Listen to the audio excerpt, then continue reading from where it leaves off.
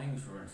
देखो, अपन त्रिकोणमिति में चल रहे थे, उसमें अपन डिस्कस किया था त्रिकोणमितीय समीकरण। तो त्रिकोणमितीय समीकरण होती क्या है उस पर डिस्कस करते हैं। तो पहले आपको बताया जा चुका है कि त्रिकोणमितीय समीकरण में पहले आपको बताया था हमने कि समीकरण क्या होती है, यानी वह व्यंजक जिसमें बराबर का चिन्ह हो और एक चर हो, उसे हम क्या कहते हैं, समीकरण कहते हैं। और समीकरण में अगर त्रिकोणमितीय पद भी शामिल हो तो वो त्रिकोणमितीय समीकरण कहलाती है। फिर आपका टॉपिक था त्रिकोणमितीय समीकरणों के हल। त्रिकोणमितीय समीकरणों के हल में आपके दो नाम आए थे, एक तो आया था मुख्य हल, मुख्य हल, और दूसरा था आपका वो था व्यापक हल, व्यापक हल। अब इसमें भी बताया था आपको कि मुख्य हल तो वह हल जिसमें कोण का मान 0 डिग्री से लेकर और टू पाई से क्या हो, कम। यानी इस कोण का मान जब इतना हो, इसके अंदर अंदर हो, तो वो क्या कहलाता है, आपका मुख्य हल कहलाता है। इतना ही क्यों? क्योंकि एक पूरा चक्कर लगाते तो 2 पाई तक कोण पहुंचता है। तो हमने 0 डिग्री को शामिल कर लिया, 2 पाई को शामिल नहीं किया। अगर 0 को शामिल नहीं करते तो 2 पाई को शामिल कर लेते, लेकिन अपन 0 से चल रहे हैं इसलिए 0 को शामिल कर लिया। ये लो, क्योंकि 0 और 2 पाई है वो एक ही कोण है। तो 0 से लेकर 2 पाई तक अगर अक्ष के मान, इसके बीच में अगर अक्ष के मान हो, अक्ष का अक्ष कोण है, कोण आपका कैसे, जैसे साइन अक्ष बराबर आपको कुछ दिया हो तो ये अक्ष क्या हो गया, कोण हो गया। ऐसे अगर tan अक्ष बराबर कुछ दिया हो तो अक्ष क्या हो गया, आपका कोण हो गया। तो इस अक्ष का मान अगर 0 से लेकर 2 पाई के बीच में हो तो ये क्या कहलाता है, आपका हल है, वो मुख्य हल कहलाता है।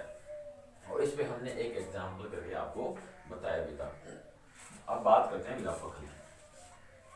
और व्यापक हल की बात की तब आपको बताया था कि इसमें सारे हल विद्यमान हो जाएंगे। सारे हल मतलब जैसे अपने वो कहते हैं कि साइन x बराबर 1/2। तो 1/2 कितने साइन का मान होता है, ये होता है आपका साइन 30 डिग्री का मान। ठीक है। अब साइन 30 डिग्री का मान तो केवल प्रथम चतुर्थांश में ही हुआ, यानी आपका ये हो गया x और ये 0 से 90 में आपका 0, जब x 90 से 180 के बीच में चलोगे, यानी आपका साइन पाई माइनस 30 डिग्री लोगे तो भी इसका मान कितना होगा, 1/2 ही होगा। और चलते हैं, अगर इसका मान हम 2 पाई प्लस 30 डिग्री लेंगे और साइन 3 पाई माइनस 30 डिग्री लेंगे, इस प्रकार से बहुत सारे ऐसे मान हैं जिन पे आपका मान साइन का 1/2 ही आएगा। तो वो सभी मान एक ऐसे व्यंजक में आएंगे, वो व्यंजक है वो n के पदों में होगा, यानी एक ऐसा आपका समीकरण बनेगा वो n के पदों में बनेगा। तो वो क्या कहलाता है, आपका त्रिकोणमितीय समीकरण का व्यापक हल कहलाता है। यानी n के पदों वाला हल है वो त्रिकोणमितीय समीकरण का व्यापक हल कहलाता है। अब n के पदों में हल आता कैसे है उस पर डिस्कस करते हैं। हल निकाल के हम क्या करेंगे, साइन का हल निकालेंगे, कोस का हल निकालेंगे, टेन का निकालेंगे। अब इसके अलावा अगर अपने कोट का निकालना हो तो कोट को क्या लिख सकते हैं, 1/10 लगा के उसमें फिर टेन का हल निकाल लेंगे। सेक आ जाएगा तो उसको 1/cos कर लेंगे, कोसेक आ जाएगा तो उसको 1/sin कर लेंगे। यानी हमें केवल साइन, कोस और टेन, इन तीनों के व्यापक हलों की जरूरत है। उसके अलावा देखो, जब मुख्य हल की बात करें तो मुख्य हल में कोई ऐसा व्यंजक नहीं है, डायरेक्ट अपने को मान निकालना होता है, जिसमें 0 से लेकर आपका 2 पाई के बीच में जितने मान आते हैं वो सारे मान रखने हैं, वो डायरेक्ट अपने को निकालना आता है। तो अब चलते हैं हम व्यापक हल की ओर। तो पहला लेते हैं,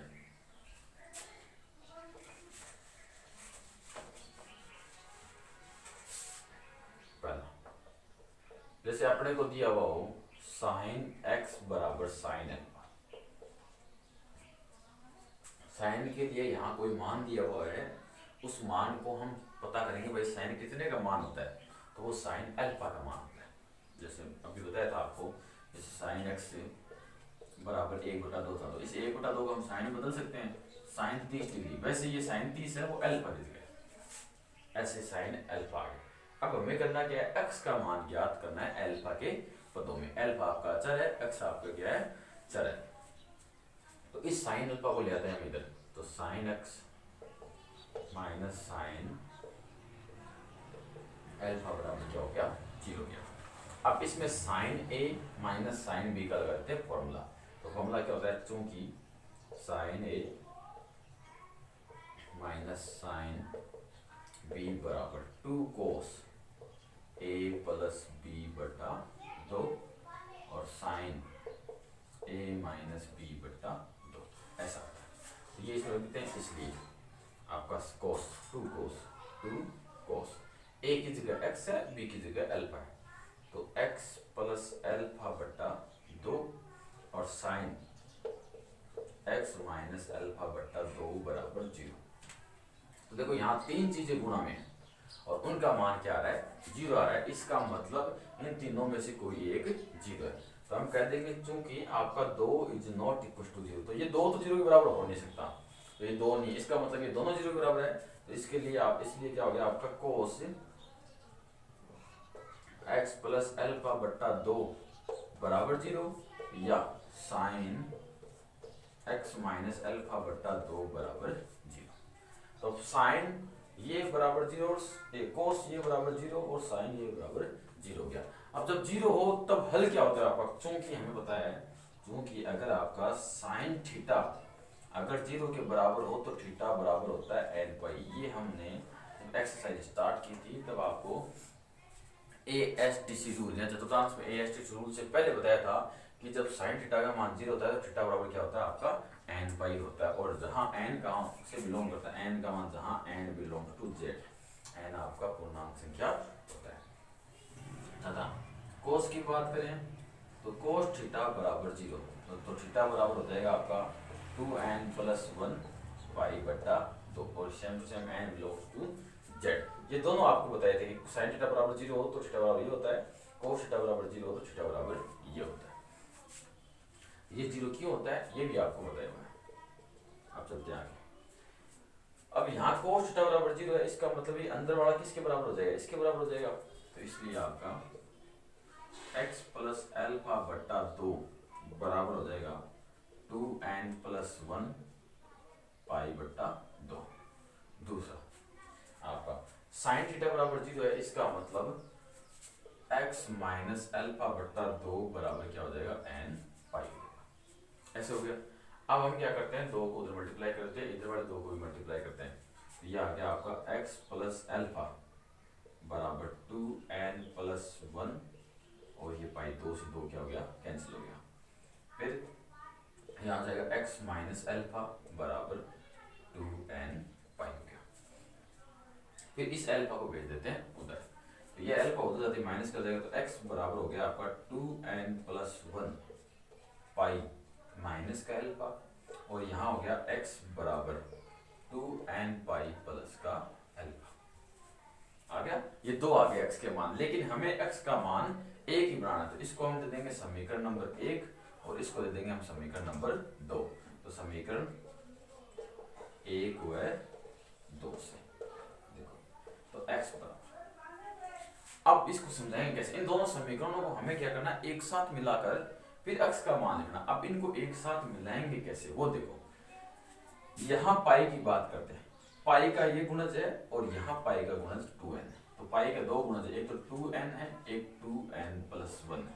तो 2n को तो बोलते हैं सम, किसी भी संख्या को जब 2 से गुणा करवा देते हैं तो वो सम संख्या बन जाती है, क्योंकि उसको 2 का पूरा पूरा भाग जाता है, और उसी सम संख्या में अगर हम 2 1 जोड़ दे तो वो बन जाती है आपकी विषम। तो देखो 2n का गुणज है, 2n है वो तो सम है और 2n प्लस 1 है वो विषम है, यानी पाई का एक गुणज तो क्या है विषम है, एक गुणज है सम। तो सम गुणज होने से और विषम गुणज होने से फर्क क्या पड़ता है वो देखो, जब पाई का गुणज विषम होगा तब अल्फा माइनस में हो गया, ठीक है, और जब पाई का गुणज सम होगा तब अल्फा क्या हो गया प्लस का हो गया। इसका मतलब सम और विषम पर अल्फा का मान डिपेंड करेगा। प्लस कब होगा, जब सम होगा, और माइनस कब होगा, जब वो विषम होगा। तब हमने बना दिया, तो हमने इसको जोड़ के ऐसे बना दिया कि x बराबर n पाई हो जाएगा n। अब देखो 2n प्लस 1 भी कोई मान है, यहाँ n भी कोई मान ही है, 0 1 2 3 4 5 ऐसे आपका आता जाएगा n, कोई दिक्कत वाली बात नहीं है। फिर प्लस यहाँ हमने माइनस a की घात n करके अल्फा कर दिया, ऐसे बना दिया। अब देखो इस करने से क्या फायदा हुआ, जैसे ही n का मान 1 लेंगे, यानी पाई का गुणज 1 ले लिया, 1 का मतलब विषम ले लिया, विषम लेते अल्फा माइनस करना चाहिए, तो यहाँ माइनस a की घात होगी 1, तो 1 माइनस a की घात 1 है तो माइनस 1 होगा, तो माइनस अल्फा आ जाएगा। अगर मैं पाई का गुणा 2 लूँ n का मान, तो पाई का गुणक सम हो गया, और यहाँ माइनस ए की घात 2 होगी तो माइनस ए की घात 2 है, यानी माइनस की घात अगर सम होगी तो प्लस में बदल जाएगा, प्लस का 1 हो जाएगा, तो यहाँ प्लस का अल्फा आ जाएगा। तो ये आपका क्या हो गया, व्यापक हल हो गया, व्यापक हल। अब आपके मन में विचार आ रहा होगा कि इससे ये कैसे बना सर, आपको कैसे पता चला कि ये बना? तो ये आपका जो बना है वो कोई इन दोनों कैलकुलेशन जोड़ भाग गुणा भाग से नहीं बना, ये अपने को क्या करना पड़ेगा, सोचना पड़ेगा कि यहाँ हम ऐसा क्या लिखे जो दोनों समीकरणों की बात क्या हो, सही हो जाए। इसलिए आपके दोनों की सही बात करने के लिए हमने बार बार इस पे जोड़ दिया, तो हमें ये चीज समझ में आई और इससे हमने ये बना दी। तो आपका साइन का व्यापक हल ये हो गया। तो हम कह देंगे, अब देखो चूंकि अगर साइन एक्स बराबर साइन अल्फा हो तो व्यापक हल हो जाएगा आपका x बराबर एन पाई प्लस माइनस ए की घात एन अल्फा, ये होगा, ये आपका व्यापक हल हो गया। किसका हो गया, साइन का। अब बात करते हैं कोस की और टेन की। तो पहले बात करते हैं कोस की। तो समीकरण नंबर 2, कोस एक्स बराबर आपको कुछ दिया हुआ था, उसको कोण में हमने बदला, ये कोस अल्फा बन गया। अब इसका व्यापक हल निकालना अपने को, तो पहले हम क्या करते हैं, कोस अल्फा को इधर ले आते हैं। तो ये हो गया आपका cos x minus cos alpha बराबर 0। अब इसमें फॉर्मूला लगाएंगे। फॉर्मूला क्या होता है, चूंकि आपका कोस ए माइनस कोस बी बराबर हो जाएगा माइनस का 2 साइन ए प्लस बी बटा 2 और साइन ए माइनस बी बटा 2, ऐसे होगा। तो इसलिए यहाँ से आ गया आपका माइनस का 2 साइन एक्स प्लस अल्फा बटा 2 और साइन एक्स माइनस अल्फा बटा 2 बराबर 0। अब देखो ये भी 0 के बराबर है, तो माइनस 2 तो आपका 0 के बराबर है नहीं, इसका मतलब या तो साइन ये 0 के बराबर है या ये 0 के बराबर है। तो हम कह देंगे इसलिए आपका साइन x प्लस अल्फा बट्टा 2 बराबर 0 या साइन x माइनस अल्फा बट्टा 2 बराबर 0। अब ये दोनों 0 बराबर आ गया। तो अब हम कह देंगे चूंकि अगर साइन थीटा 0 के बराबर हो तो थीटा बराबर होता है n पाई। तो यहाँ से भी ऐसे आ जाएगा, तो यहाँ कह देंगे हम इसलिए आपका आ जाएगा x प्लस अल्फा बट्टा 2 बराबर n पाई, और दूसरा आपका x माइनस अल्फा बट्टा 2 बराबर n पाई, क्योंकि दो साइन है ना, एक साइन ये रहा एक साइन ये रहा, दोनों के लिए आ गया। अब दो को ध्रुवणा कर देते हैं, तो x प्लस अल्फा बराबर 2n पाई, फिर यहाँ से x माइनस अल्फा बराबर 2n पाई। तो ये समीकरण नंबर 1, ये समीकरण नंबर 2। तो समीकरण 1 व 2 से अब इन दोनों से अपने को क्या करना है, एक समीकरण बनानी है। एक तो और बता देते हैं, इसमें अल्फा को उधर भेजते हैं, तो इस यहाँ से अल्फा को उधर भेजेंगे तो x बराबर हो जाएगा 2n पाई माइनस का अल्फा, समीकरण नंबर 1, तथा दूसरी से हो जाएगा x बराबर 2n पाई प्लस अल्फा, समीकरण नंबर 2। तो समीकरण 1 व 2 से दोनों समीकरणों मिलाएंगे कि दो मान लीजिए अपने x का एक मान चाहिए, तो इसलिए आपका x बराबर, अब देखो यहाँ पाई का गुणक, यहाँ भी 2n है, यहाँ भी पाई का गुणक 2n ही है। तो x में देखो पाई का गुणक जब 2n है तब अल्फा प्लस में भी आ रहा है और अल्फा क्या आ रहा है, माइनस में भी आ रहा है। इसका मतलब अल्फा का मान प्लस माइनस दोनों में हो सकता है। तो इसमें हम सीधा दे देंगे x बराबर 2n pi plus minus alpha, दोनों मान आएंगे जो x के दो मान हो जाएंगे, प्लस का होगा तो भी सही है, माइनस होगा तो भी सही है। तो ये क्या हो गया, इसका व्यापक हल हो गया। किसका हो गया, कोस x का। तो यहां लिख देंगे, तो व्यापक हल आपका देगा x बराबर 2n pi plus minus alpha. आपको जितने भी क्वेश्चन दिए हुए हैं उनमें प्रूव नहीं करना आएगा, आपको क्या होगा, सीधा इस फॉर्मूले का यूज करना है, उनका व्यापक हल याद करना है। तो अब चलते हैं नेक्स्ट की ओर। नेक्स्ट कौन सा बचा, नेक्स्ट बच गया आपका 10 वाला। तो देखो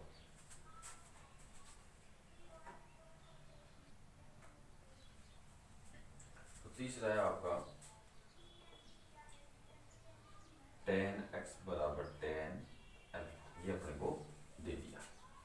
तो अब हम x बराबर क्या होगा वो व्यापक हल में ज्ञात करेंगे। तो अब इसमें क्या करें, तो अब इसमें हम ये करेंगे, इस टेन को ले आते हैं इधर, या इस टेन को इधर लाने से पहले देखो टेन ए माइनस टेन बी का तो हमने कोई फॉर्मूला बनाया नहीं बनाया, तो हम क्या करते हैं इसको साइन कोस में बदल लेते हैं पहले। तो साइन एक्स बट्टा कोस एक्स बराबर साइन अल्फा बट्टा कोस अल्फा। हमने इसको साइन कोस में क्यों बदला, साइन कोस में इसलिए बदल लिया कि हमारे पास साइन ए माइनस साइन बी का फॉर्मूला होता है, ऐसे कोस ए माइनस कोस बी का भी होता है, प्लस का भी होता है, लेकिन टेन ए माइनस टेन बी का नहीं होता। इसलिए अब क्या करते हैं, इनको क्रॉस मल्टीप्लाई कर लेते हैं। तो इधर आ गया आपका साइन एक्स कोस अल्फा, फिर बराबर कोस एक्स साइन अल्फा। तो इसको ले आते हैं इधर, इसको इधर ले जाएंगे तो आपको हो जाएगा sine x cos alpha minus cos x sine alpha बराबर 0। अब ये फॉर्मूला बन जाएगा आपको साइन ए कोस बी माइनस कोस ए साइन बी बराबर क्या हो गया, क्या होता है आपका साइन ए माइनस बी। तो बता देते हैं पहले फॉर्मूला, चूंकि साइन ए कोस बी माइनस कोस ए साइन बी बराबर क्या होता है आपका साइन ए माइनस बी। तो इसलिए यहाँ पे भी आपका आ जाएगा साइन एक्स माइनस अल्फा बराबर 0, ऐसा आ गया। अब बढ़ाते हैं हम आगे, कहते हैं चूंकि अगर साइन थीटा बराबर 0 हो तो थीटा बराबर होता है आपका एन पाई, इसलिए यहाँ से आ जाएगा आपका x माइनस अल्फा बराबर एन पाई। तो x बराबर हो जाएगा एन पाई प्लस का अल्फा। ये तो बिल्कुल सिंपल सा है, सीधा ही आ गया, x बराबर एन पाई, एक ही मान है, तो ये आपका क्या हो गया, हल हो गया। तो उसको भी मैं यहाँ लिखता हूँ, तो व्यापक हल, तो व्यापक हल हो जाएगा आपका x बराबर एन पाई प्लस का ये अपना वेक्टर कॉस। हमने तीनों के व्यापक हल याद कर लिए। अब इन व्यापक हल से रिलेटेड हम क्या करते हैं, एक आपको छोटा सा एग्जाम्पल बता देते हैं। मुख्य हल का एग्जाम्पल बताया हुआ था, उसके पश्चात हम क्या करेंगे, अपने एक्सरसाइज के जो क्वेश्चन है उन पर डिस्कस करेंगे।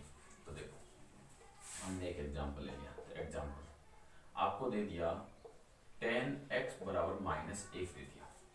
अब कह रहा है इसका व्यापक हल ज्ञात लो, का व्यापक हल ज्ञात करो। तो आंसर में पहले तो हम क्या करेंगे, इस माइनस 1 को 10 में बदलेंगे, तो टेन एक्स बराबर हो गया माइनस 1। तो टेन एक्स बराबर माइनस हो गया, एक कितने 10 का मान होता है, 10 45 का मान होता है 5/4 का। अब इस माइनस को हटाना, माइनस को हटाएंगे तो चतुर्थांश में जाना पड़ेगा अपने को।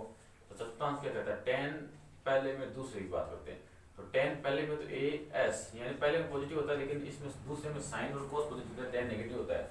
इसका मतलब दूसरे में 10 नेगेटिव होता है, तो दूसरे में कौन पहुंचाएंगे तो क्या हो जाएगा, पाई माइनस एक्स यानी पाई माइनस थीटा हो जाएगा। तो इसको हम पाई माइनस थीटा लिख देंगे और माइनस यहाँ से हटा देंगे, तो ये हो गया आपका 10x बराबर 10 पाई माइनस पाई/4, ऐसे हो जाएगा। अब इसको हल कर लेंगे, तो 10x बराबर 10 3 पाई/4, ये हो गया। अब हम बता देंगे व्यापक हल, क्योंकि 10x बराबर 10 अल्फा। तो एक चीज और ध्यान रखना, कोण जो यहाँ ले रहे हो वो कम से कम होना चाहिए, यानी उससे कम कोण पे कोई और मान नहीं होना चाहिए, तो कम से कम कोण होना चाहिए। तो यहाँ से जब इसका मान निकालेंगे -1, तो -1 जीरो के बाद में, जीरो से जैसे चलेंगे तो -1 आपका 3 पाई/4 पे माइनस का 1 आएगा, इसके बीच जीरो और इसके बीच में कोई भी -1 मान नहीं आएगा। तो 10x बराबर हो गया 10 अल्फा, तो आपका x बराबर होता है n पाई प्लस का अल्फा। देखो ये दिया हुआ आपको n पाई प्लस अल्फा, ये यहाँ यूज करेंगे, इसलिए आपका x बराबर हो जाएगा n पाई प्लस अल्फा, कितना है 3 पाई/4। ये क्या हो गया आपका आंसर हो गया। तो इस प्रकार से अपने को व्यापक हल वाले क्वेश्चनों को हल करना है। बस आपको जो ये व्यापक हल की शर्त है ये याद होनी चाहिए कि भाई साइन एक्स बराबर साइन अल्फा हो तो एक्स बराबर क्या होता है, कोस एक्स बराबर कोस अल्फा हो तो एक्स बराबर क्या होता है, और टेन एक्स बराबर टेन अल्फा हो तो एक्स बराबर क्या होता है। ये भी याद आपको तभी रहेगी जब आपको इसका प्रूफ आएगा, प्रूफ यानी सिद्ध करना आएगा कि किस प्रकार से इनको सिद्ध करते हैं। अगर आप ऐसे सीधा इनको याद रखो करोगे तो थोड़ी देर के लिए यानी सम मोमेंट्स थोड़ी सी देर के लिए आपका क्या होगा ये याद रहेगा, उसके बाद में वापस आपके दिमाग से निकल जाएगा। फिर आप इसको ट्राई करोगे, याद करोगे, तो जितनी बार याद करोगे उतनी बार भूलोगे, कभी भी याद नहीं रहना। ये आप ऐसे सोचो कि हम इसको एक बार रट लें तो ये याद रह जाएगा, ऐसा पॉसिबल नहीं है। आप बार बार इसको भूलोगे, लेकिन अगर आपको इसका प्रूफ आएगा तो आप हर बार इसका आंसर निकाल लोगे। तो आपका ये प्रूफ कंप्लीट हो गया, आपका एग्जाम्पल भी कंप्लीट हो गया। आप चलते हैं एक्सरसाइज में। अब आपको दिया हुआ है एग्जाम्पल 18 जिसमें कह रहा है साइन एक्स बराबर √3/2 है, तो इसका मुख्य हल ज्ञात हो। तो मुख्य हल बताया भाई आपको कि मुख्य हल इस एक राउंड में यानी एक राउंड में ज्ञात करना है, 0 से लेके 2π के बीच में कहाँ कहाँ आता है। तो देखो साइन एक्स बराबर धनात्मक है, तो पता करो साइन धनात्मक कहाँ कहाँ होता है। तो AST से रूट से ASTC, तो साइन धनात्मक एक तो यहाँ होता है एक यहाँ होता है, तो इसके कितने मान होंगे, 2 मान होंगे। क्योंकि हम यहाँ से चलेंगे, यहाँ से चलेंगे तो एक यहाँ होगा एक यहाँ हो जाएगा, बाकी दोनों में कोई मान नहीं होगा। जो इसमें मान वो क्या होता है आपका पाई माइनस थीटा होता है, तो उससे निकाल लेंगे। तो पहले ये पता करते हैं कि साइन √3/2 कितने का मान होता है। साइन एक्स बराबर √3/2 होता है साइन 60 का, तो साइन 60 को हम देते हैं π/3। एक तो ये हो गया। दूसरा एक चतुर्थांश में आगे भी तो जा सकते हैं हम, 0 से 2π के बीच में सारे मान लेने हैं अपने को, तो बराबर एक ये भी हो सकता है साइन π माइनस π/3। तो पाई माइनस थीटा दूसरे चतुर्थांश में ऐसे पहुंचेगा। तीसरे में पहुंचना हो तो पाई प्लस थीटा, चौथे में जाना हो तो 2π माइनस थीटा, इस प्रकार से पहुंचेंगे। अब इसको हल कर लो, तो साइन एक्स बराबर साइन π/3 बराबर साइन, यहाँ से हल करने पर आ जाएगा 2π/3। अब हम कहते हैं इसलिए मुख्य हल में आपका x बराबर 1 मान आ जाएगा π/3, दूसरा मान आ जाएगा 2π/3। तो ये ध्यान रखना कि जो मुख्य हल है उसमें मैक्सिमम 2 मान आ सकते हैं। मैक्सिमम कितने मान आ सकते हैं, 2 मान आ सकते हैं, उससे ज्यादा मान नहीं आएंगे। अगर उससे ज्यादा मान आपके आ रहे हैं तो मान क्या हो रहा है आपका गलत हो रहा है। इस प्रकार से आपको क्या करना है, मुख्य हल ज्ञात करना है। तो और भी बहुत सारे क्वेश्चन है, बहुत सारे एग्जाम्पल है जो मुख्य हल और व्यापक हल से आपके सोल्व होने हैं, उन पर डिस्कस करेंगे नेक्स्ट वीडियो में। आज के लिए इतना ही, धन्यवाद।